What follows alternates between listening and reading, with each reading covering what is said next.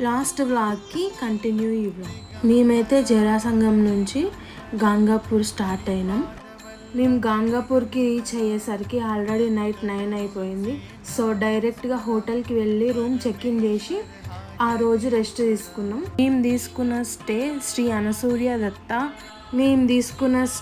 Shri Anasuya Datta lodge. Rooms అయితే బాగున్నాయి. ఇక్కడ స్విమ్మింగ్ పూల్ కూడా అవైలబుల్ ఉంది.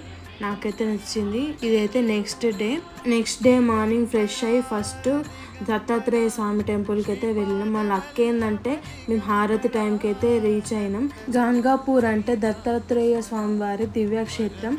ఇక్కడ వచ్చిన భక్తులు దర్శనం చేసుకుంటే స్వామివారి అనుగ్రహం ఉంటుందని చాలామంది నమ్ముతారు. టెంపుల్ దర్శనం అయినాక మేమైతే అష్టతీర్థాలు దర్శించుకున్నాం. తర్వాత శనేశ్వర టెంపుల్కి వెళ్ళాం దర్శనం కంప్లీట్ చేసుకొని.